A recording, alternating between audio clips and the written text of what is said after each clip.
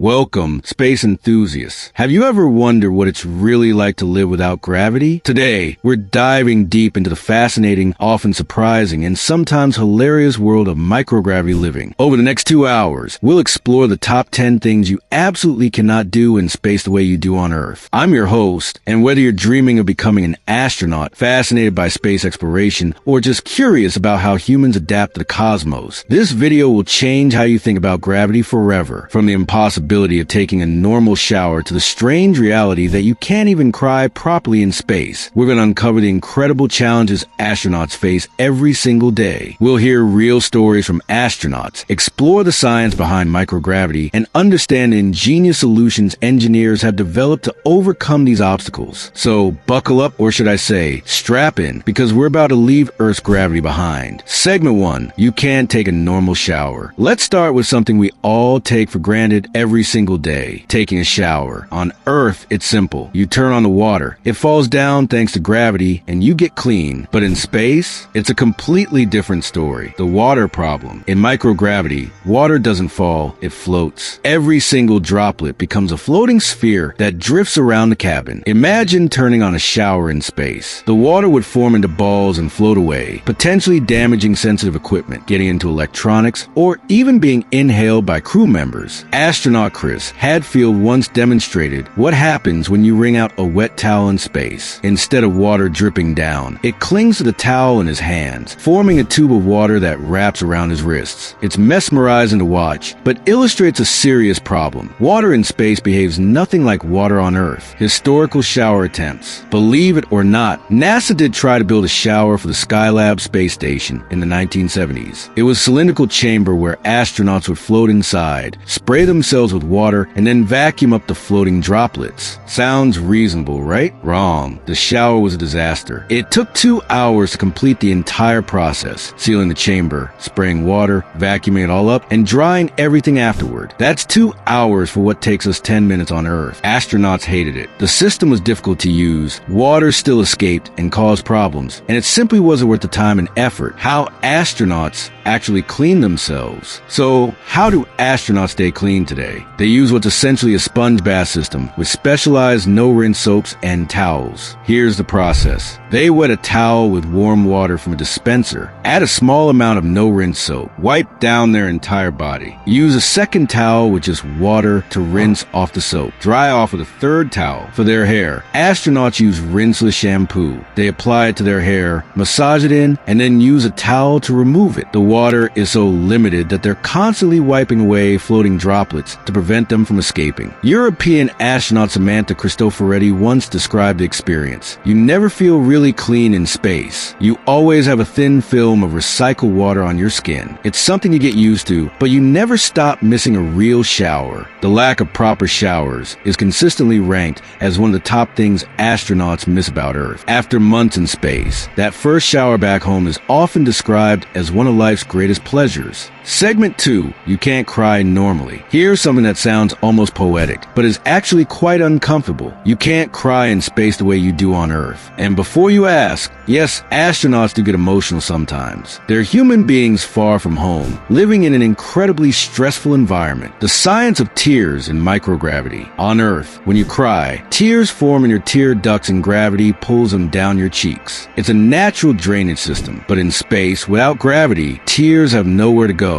They just accumulate around your eyes, forming a ball of liquid that clings to your face. Canadian astronaut Andrew Foysel experienced this during a spacewalk, where he got an irritant in his eye. He described the experience. The tears don't fall away from your eye, they just kind of build up, and you end up with this ball of water in your eye socket. It stings, your vision gets blurry, and there's nothing you can do except wait for it to evaporate or blink excessively to spread it around. The discomfort factor. This might not sound too terrible, but imagine having a growing puddle of tears stuck in your eye. It's not just uncomfortable, it can be painful. The ball of liquid can become quite large, up to 1 inch in diameter, and it can sting as it grows. Your vision becomes completely obscured, and during critical tasks like spacewalks, this can be dangerous. The tears eventually evaporate or get absorbed by the body, but it's a much slower process than on Earth. Some astronauts report that tears can linger for 30 minutes or more. Emotional challenges in space. beyond the physical discomfort. There's something profoundly human about not being able to cry properly. Crying is a natural emotional release, and having that process disrupted can feel alienating. Astronauts do experience homesickness, stress, and emotional moments. They're isolated from everyone they love, living in a confined space with the same few people for months. They miss births, funerals, holidays, and everyday moments with their families. Former ISS Commander Scott Kelly, who spent 340 consecutive days in space, talked about watching his twin brother's children grow up without him. There were definitely moments where I wanted to cry. I miss so much. But crying in space just adds physical discomfort to emotional pain. You learn to process emotions differently up there. The inability to cry normally is a small but poignant reminder that humans evolved for life on Earth, and everything about our bodies, even how we express emotion, is designed for gravity. Segment 3. You can't eat like you're on Earth. Food is one of life's great pleasures. The taste, the texture, the social experience of sharing a meal, it's all part of being human. But in space, eating is a completely different challenge that goes far beyond just freeze-dried ice cream. The crumb crisis. Let's start with why bread is essentially banned in space. When you bite into bread, it creates crumbs. On Earth, those crumbs fall onto your plate or the floor. In space, they float, and floating crumbs are a serious hazard. These tiny particles can drift into air vents and clog filtration systems. They can get into astronauts' eyes, noses, or lungs. They can even float into sensitive electronic equipment and cause short circuits or malfunctions. In an environment where you're surrounded by life support systems and computer equipment worth millions of dollars, a breadcrumb becomes a potential disaster. That's why astronauts use tortillas instead of bread. Tortillas don't create crumbs, they're flexible, they last a long time, and they serve the same purpose. In fact, tortillas have become one of the most popular food items on the ISS. Astronauts from different countries have all embraced a tortilla as the perfect space bread substitute. No salt and pepper shakers. You also can't use regular salt and pepper shakers. The individual grains would float away just like breadcrumbs. Instead, astronauts use liquid salt and pepper. The salt is dissolved in water, and the pepper is suspended in oil. They squeeze these liquids directly onto their food. However, this creates its own problem. Liquid seasonings don't distribute evenly like granules do. Astronauts often report getting a blast of intense flavor in one bite and nothing in the next. The taste problem. Here's something unexpected. Food tastes different in space. Much different. And it's not because the food has changed. It's because your body has changed. In microgravity, fluids in your body shift upward. On Earth, gravity pulls blood and other fluids down toward your legs. In space, without that pull, fluids redistribute evenly throughout your body. Your head fills with fluid, giving you a perpetually stuffy feeling similar to having a cold. This is why astronauts often have puffy faces in space. They're literally swollen with shifted fluids. And just like when you have a stuffy nose on Earth, this congestion dulls your sense of taste and smell. Many astronauts report that food tastes bland in space. To compensate, space food is often heavily seasoned, much more than you typically enjoy on Earth. Spicy foods, particularly hot sauce and wasabi, are extremely popular on the ISS. Astronauts crave strong flavors because subtle tastes simply don't register. Eating logistics. The physical act of eating is also different. Food has to be secured to prevent it from floating away. Most space food comes in pouches with Velcro on the back, so they can be attached to trays or walls. Utensils are magnetic, so they stick to metal trays. Liquids are particularly tricky. You can't pour a glass of water. It would form a floating blob. Instead, astronauts drink from pouches with straws or squeeze bottles. Even then, they have to be careful. Accidentally squeeze too hard, and you'll launch a blob of liquid into the cabin. Despite all these challenges, NASA recognizes that food is important for morale. Astronauts are allowed to bring some personal food items from home. The ISS has regular meal times where the crew tries to eat together, maintaining the social aspect of dining even in space. Russian cosmonaut Yuri Yuzachev once said, "After few months, you're not eating to enjoy food. You're eating to remember Earth." Segment 4. You can't sleep in a normal bed. Sleep is essential for human health. We spend roughly a third of our lives sleeping. But in space, even this most basic human need becomes complicated. No beds, just sleeping bags. First, There are no beds in space, at least not in the traditional sense. There's no need for a mattress when you can't lie down anyway. Instead, astronauts sleep in sleeping bags that are attached to the walls of small crew quarters. These quarters are essentially phone booth-sized compartments with a sleeping bag mounted vertically. Astronauts zip themselves in and float while they sleep. There's no up or down, so it doesn't matter that they're standing in their sleep. Some astronauts keep their arms inside the sleeping bag. Others prefer to let them float out, waking up to find their arms hovering in front of their faces. There's no correct position. You can't roll over, toss and turn, or get uncomfortable pressure points because you're not pressing against anything. The sunrise problem. Here's the real challenge. The International Space Station orbits Earth every 90 minutes. That means the sun rises and sets 16 times every 24 hours. Every 45 minutes, the station transitions from daylight to darkness and back again. Imagine try to sleep when sunrise happens every hour and a half. Your circadian rhythm, your body's natural sleep-wake cycle, is completely disrupted. This cycle evolved over millions of years to follow Earth's 24-hour day/night pattern.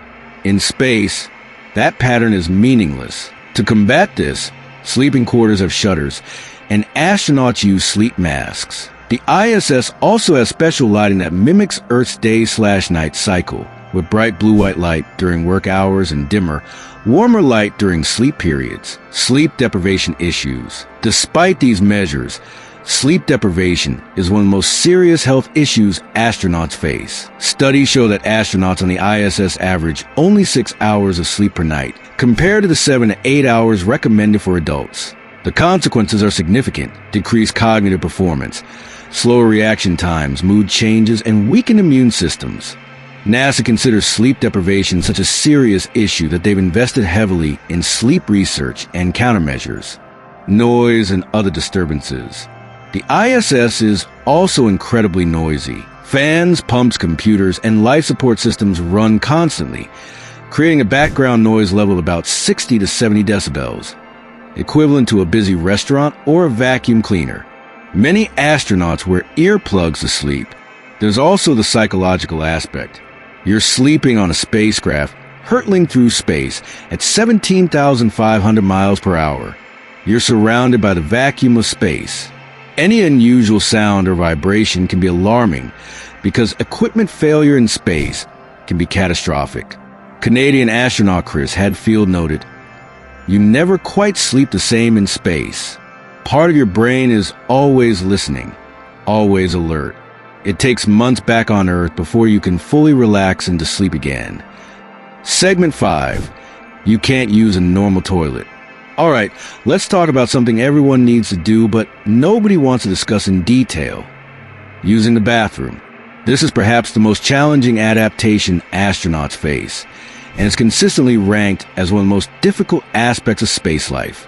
The gravity problem. On Earth, gravity does most of the work when you use the toilet. Everything falls down into the bowl. Water creates a seal against odors, and flushing removes waste. Simple, efficient, and relatively pleasant.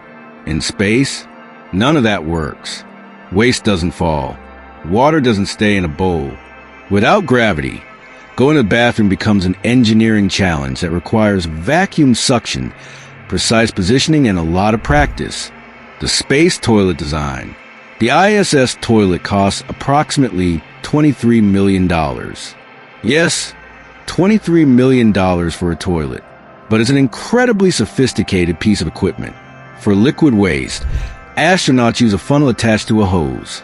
The funnel has different attachments for male and female astronauts. When activated, a fan creates suction that pulls urine away through the hose, where it's processed and eventually recycled into drinking water. Yes, you read that right. Drinking water. The ISS has a sophisticated water recovery system that purifies urine and returns it to the water supply. As astronauts like to joke, today's coffee is tomorrow's coffee. The system is so efficient that it recovers about 90% of water-based liquids. For solid waste, the toilet has a small opening, about 4 inches in diameter, that also uses suction. This is where things get tricky.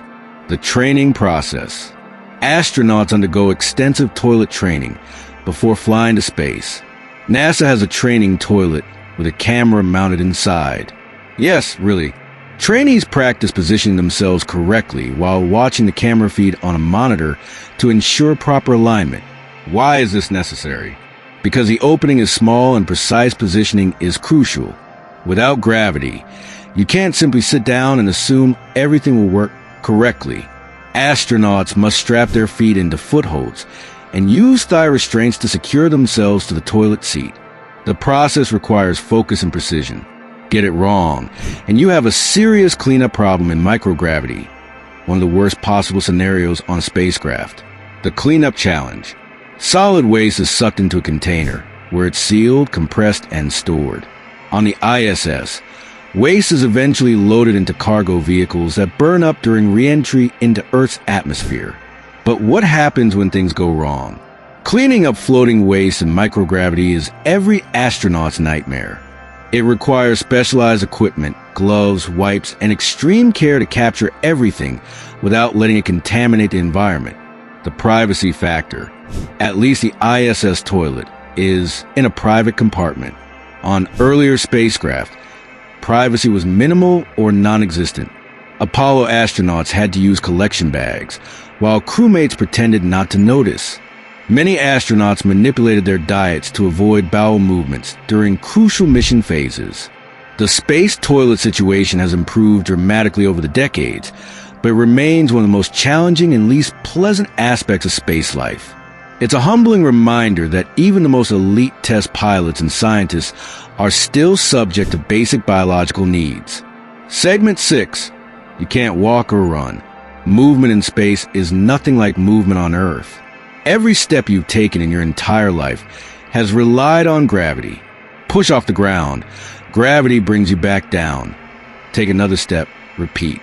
In space, that whole system breaks down. The physics of floating. In microgravity, you don't walk. You float. Push off a wall, and you'll drift in a straight line until you hit something else. Push off too hard, and you might injure yourself when you collide with the opposite wall. There's no friction with the ground to slow you down, no gravity to pull you back. Experienced astronauts learn to move gracefully through the station using gentle pushes and pulls on handrails that line every module. They look like they're swimming through air, using their hands more than their legs. New astronauts often struggle with this. They push too hard, spin uncontrollably, or bump into equipment. It takes weeks to develop the spatial awareness and fine motor control needed to move efficiently in 3 dimensions. The exercise problem. But here's the serious issue. Humans need gravity for our bodies to function properly. Without the constant resistance that gravity provides, muscles atrophy and bones lose density at an alarming rate. In space, astronauts can lose 1 to 2% of bone mass per month. That's 12 to 24% per year, equivalent to what a postmenopausal woman might lose in a decade. Muscle mass decreases similarly. After just 5 months in space, astronauts can lose up to 40% of their muscle mass if they don't exercise rigorously. To combat this, astronauts on the ISS must exercise for 2 to 3 hours every single day. The station has specialized equipment. ARD, Advanced Resistive Exercise Device, a weightlifting machine that uses vacuum cylinders to create resistance up to 600 pounds. Astronauts use this for squats, deadlifts, and other resistance exercises. TVIS, Treadmill with Vibration Isolation System, a treadmill where astronauts strap themselves down with harnesses that pull them against the belt. They're not running under their own weight. They're running while being held down by elastic straps. SEVIS, Cyclergometer, a stationary bike, which is the most similar to Earth exercise since you don't need gravity to pedal. The long-term consequences. Even with this intensive exercise regimen, astronauts still lose bone and muscle mass. When they return to Earth, some struggle to walk initially. Their cardiovascular systems, which have adapted to not fighting gravity, must readjust to pumping blood against Earth's pull. Scott Kelly described standing up after his year in space. When I first stood up, my feet hurt. The skin on the soles of my feet had become soft. It was like standing on broken glass. My legs felt like they weighed 1,000 pounds each. I had to relearn how to walk. This is why longer missions, like trips to Mars, face serious challenges. A journey to Mars would take 6 to 9 months each way, plus time on the surface. Astronauts would experience severe bone and muscle loss, potentially making them unable to function when they arrive. NASA and other space agencies are researching solutions, better exercise equipment, artificial gravity through rotating spacecraft, and even pharmaceuticals to prevent bone loss. But for now, the inability to walk normally remains one of space's most serious challenges. Segment 7. You can't have a normal fire. Fire in space behaves so differently from fire on Earth that it's almost unrecognizable, and in the confined environment of a spacecraft, this difference can be deadly. Fire without gravity. On Earth, fire burns upward in a teardrop shape. Hot air rises because it's less dense than cool air, a process called convection driven by gravity. The rising hot air draws fresh oxygen from below, feeding the fire. In microgravity, hot air doesn't rise because there's no up or down. Without convection, flames burn in a sphere shape. They're dimmer, bluer, and burn at lower temperatures than Earth flames. They consume oxygen much more slowly. This might sound safer, but it's actually more dangerous. These spherical flames can smolder invisibly, producing toxic gases without obvious visible fire. They can hide in equipment or behind panels, burning slowly while filling the cabin with carbon monoxide and other deadly fumes. Historical incidents. Fire in space has happened, and the results were terrifying. The most serious incident occurred on the Russian space station Mir in 1997. An oxygen generator caught fire, producing flames that burned for 14 minutes. The crew fought the fire with extinguishers while wearing gas masks, but the smoke was so thick they couldn't see across the module. Temperatures reached 1,000 degrees Fahrenheit. The fire blocked access to one of the Soyuz escape vehicles, meaning half the crew couldn't evacuate if needed. They survived, but it was one of the most dangerous moments in space station history. The crew described it as absolutely terrifying, trapped in confined space, surrounded by fire, with nowhere to go. Fire prevention and safety. Because of incidents like this, fire safety is taken extremely seriously on the ISS. The station has multiple fire detection systems, portable breathing apparatus throughout the modules, and specialized fire extinguishers. The ISS uses carbon dioxide extinguishers because they don't create particles that would float around in microgravity. Protocols require that if a fire cannot be extinguished within a few minutes, the crew must evacuate to the Soyuz spacecraft and prepare to abandon station. Materials used in space are carefully selected to be flame-resistant. Everything is tested for flammability before being approved for spaceflight. Even things like books and clothing must meet strict fire safety standards. The station also has emergency masks throughout that provide oxygen for 15 to 30 minutes, giving crew members time to fight a fire or evacuate. But the reality is stark. A serious fire in space could be catastrophic, and there's nowhere to go except the small escape vehicles. This is why astronauts can't use candles, matches, lighters, or anything that produces open flames except in controlled experiments. Even birthday celebrations use LED candles. The risk is simply too great. Segment 8. You can't pour or drink normally. Imagine trying to pour yourself a glass of water and having the water form a floating blob instead of flowing into the glass. Welcome to drinking in space. The floating liquid problem. Liquids in microgravity behave according to surface tension rather than gravity. Water molecules are attracted to each other and other surfaces, forming spherical shapes that minimize surface area. This is why water forms droplets.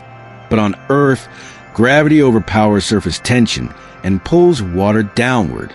In space, surface tension dominates. Liquids form perfect spheres that float through the cabin. These spheres can be quite large. Astronauts have created water bubbles several inches across. They're beautiful to watch, but problematic to manage. If a water bubble hits a surface, it spreads out and clings to it. It doesn't drip off. This is why astronauts can drink water by letting a floating blob approach their face and sucking it in with their mouth. It looks bizarre, but it works. Drinking systems. Of course, astronauts don't normally drink from floating blobs. Most beverages come in pouches with straws. Squeeze the pouch.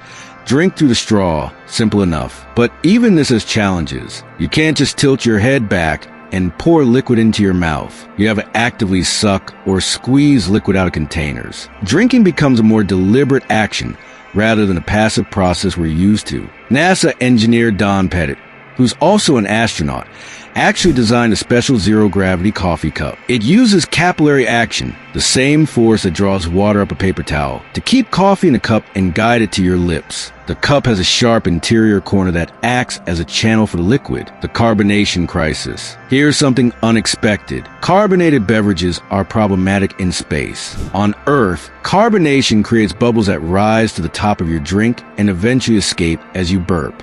It's a natural process we don't think about. In space, those bubbles don't rise. They stay suspended throughout the liquid. When astronauts drink carbonated beverages, they ingest these bubbles.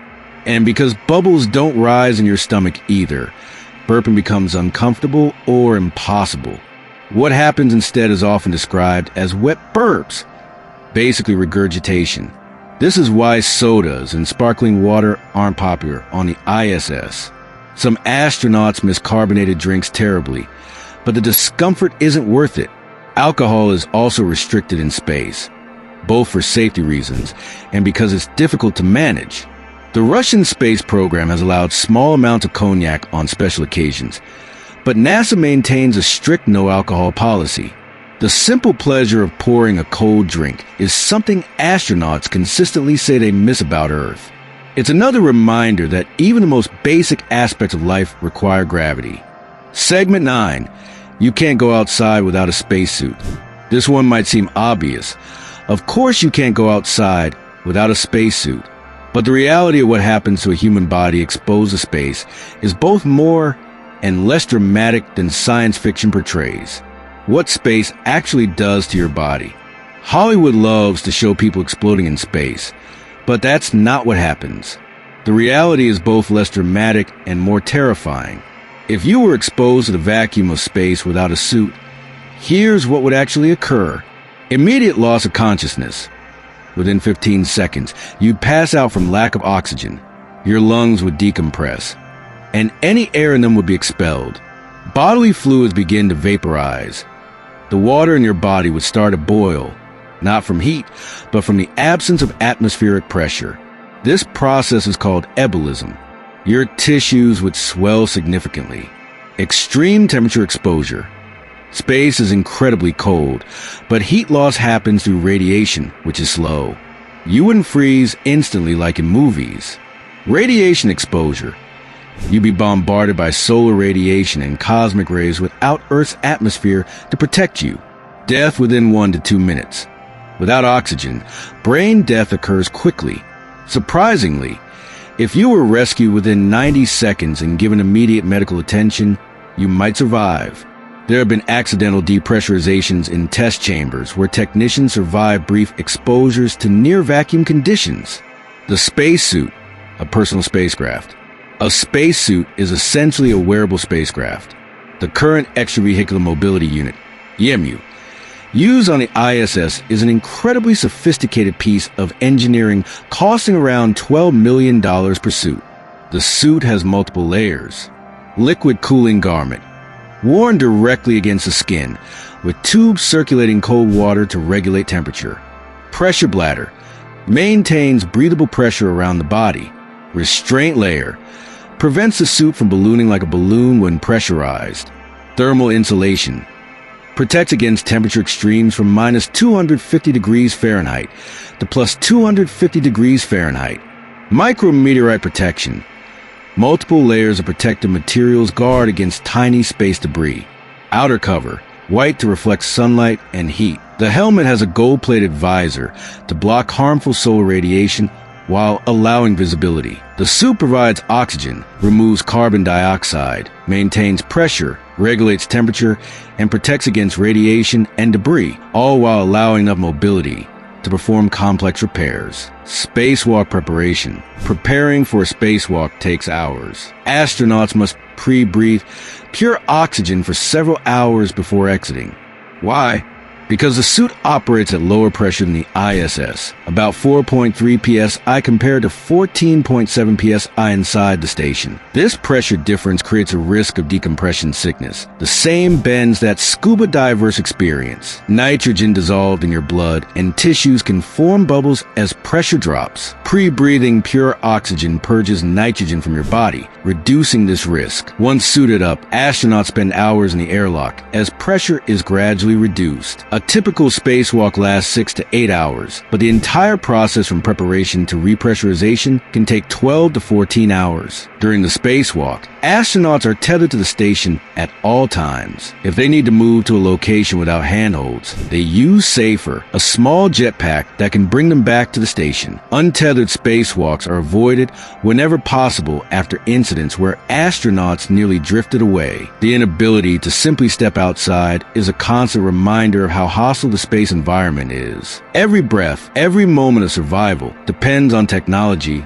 working perfectly. Segment 10. You can't have natural pregnancy or birth. For our final topic, we're venturing into an area that's both scientifically fascinating and essential for humanity's long-term future in space: reproduction. If humans are ever going to become a true spacefaring species, we need to understand whether we can reproduce in space. The answer is complicated and concerning. No human has ever been pregnant in space, but numerous animal studies paint a troubling picture. Scientists have sent various species to space to study reproduction: rats, mice, fish, salamanders, and even sea urchins. The results are concerning. Sperm motility decreases in microgravity. Embryonic development is disrupted. Many embryos fail to develop normally. Those that do develop often have abnormalities. Birth success rates are significantly lower than on Earth. In one study, pregnant rats sent to space had offspring with delayed development and abnormal bone structure. Fish embryos showed balance problems because their vestibular systems develop without gravity as a reference. The physiological challenges. Human pregnancy already involves dramatic physiological changes. The mother's cardiovascular system must pump 50% more blood. Her skeletal structure shifts to accommodate the growing baby. Her immune system adapts. All of these processes evolved in Earth's gravity. In microgravity, we face multiple concerns. Fluid shift issues. Pregnancy already causes fluid retention and swelling. In space, where fluids shift upward naturally, this could be dangerous for both mother and baby. Bone density loss. Pregnant women on Earth already experience some bone density changes. In space, where bone loss is accelerated, the combined effect could be severe. Cardiovascular stress. The heart already works harder during pregnancy. In space, where the cardiovascular system is already stressed by adaptation to microgravity, pregnancy could be life-threatening. Fetal development. How would a fetus develop without gravity's constant pull? Would bones form properly? Would the vestibular system develop normally? Would the baby know which direction is down? Labor and delivery. Gravity assists in delivery on Earth. Without it, would labor even progress normally? Could complications be managed safely? Radiation concerns. Perhaps most concerning is radiation. Earth's atmosphere and magnetic field protect us from harmful cosmic radiation and solar particles. In space, especially beyond low Earth orbit, radiation exposure increases dramatically. Radiation can damage DNA, particularly in rapidly dividing cells like those in a developing embryo. A fetus will be extremely vulnerable to radiation-induced mutations, birth defects, or developmental problems. The ISS is partially protected by Earth's magnetic field, but astronauts still receive radiation doses 10 times higher than on Earth. On a journey to Mars, radiation exposure would be even higher, possibly 700 times Earth levels. No space agency would approve a pregnancy in space under current conditions. The risks are simply too high and too poorly understood. The future of space reproduction. For humanity to truly colonize other worlds, we must solve this problem. Potential solutions include rotating spacecraft that create artificial gravity through centrifugal force, better radiation shielding, medical interventions to support pregnancy in space, perhaps even specialized maternity facilities on space stations with artificial gravity. But we're decades away from understanding whether safe human reproduction in space is even possible. Until then, pregnancy remains firmly in the category of things you absolutely cannot do in space, at least not safely. We've journeyed through 10 fundamental human activities that are impossible or radically different in the microgravity environment of space. From the simple act of taking a shower to the profound question of human reproduction, every aspect of life must be reimagined beyond Earth's gravity, the bigger picture. These challenges illustrate a crucial truth. Human beings evolved for life on Earth. Every system in our bodies, every instinct we have, every simple daily activity we take for granted, all of it assumes the presence of gravity. Yet humans continue to push into space. We live on the ISS for months at a time. We're planning missions to Mars. We dream of permanent settlements on the moon and beyond. Why? Because we're explorers. We're problem solvers. We're a species that sees impossible challenges and works to overcome them. What this means for space exploration. Every challenge we've discussed is being actively researched. Engineers are designing better water recovery and hygiene systems. Medical researchers are developing countermeasures for bone and muscle loss. Psychologists are studying how to maintain crew mental health during long missions. Scientists are testing artificial gravity concepts. Technologists are improving life support systems. The generation watching this video might be the one to solve these problems. Perhaps you'll design the first true space shower. Maybe you'll develop the medical technology that makes safe reproduction in space possible. You might engineer the rotating spacecraft that creates artificial gravity for Mars colonists. Astronauts consistently report that living in space gives them a profound appreciation for Earth. When you can't take a normal shower, can't walk, can't even cry properly, you realize how perfectly suited our planet is for human life. But this doesn't stop us from exploring. If anything, it makes our achievements in space even more remarkable. Every astronaut who has lived aboard the ISS, every person who has walked in space, every mission that has ventured beyond our atmosphere, they've succeeded despite these tremendous challenges. Space is hostile to human life, but it's also beautiful, inspiring, and filled with possibilities. Understanding what we can't do in space helps us appreciate what we have accomplished and motivates us to solve the remaining challenges. The future of humanity might extend far beyond Earth, but will only happen because we were willing to confront these difficulties head-on and find solutions. Thank you for spending these 2 hours exploring the fascinating challenges of life in microgravity. Let's quickly recap our top 10 things you absolutely can't do in space. Take a normal shower. Cry normally. Eat like you're on Earth. Sleep in a normal bed. Use a normal toilet. Walk or run. Have a normal fire. Pour or drink normally. Go outside without a spacesuit. Have natural pregnancy or birth. If you enjoyed this deep dive into space life, please like, subscribe, and hit that notification bell. Check out our other videos on space exploration and let us know in the comments which of these challenges surprise you most. Would you want to live in space despite these challenges? What solutions would you propose? Share your thoughts below. Remember, every impossibility is just a problem waiting for a solution. The next generation of space explorers might look back at this video and smile, having solved challenges we think are insurmountable today. Keep looking up, keep dreaming, and keep pushing the boundaries of what's possible. This has been Top 10 Things You Absolutely Can't Do in Space. Life in Zero Gravity Unveiled. Until next time, space enthusiasts,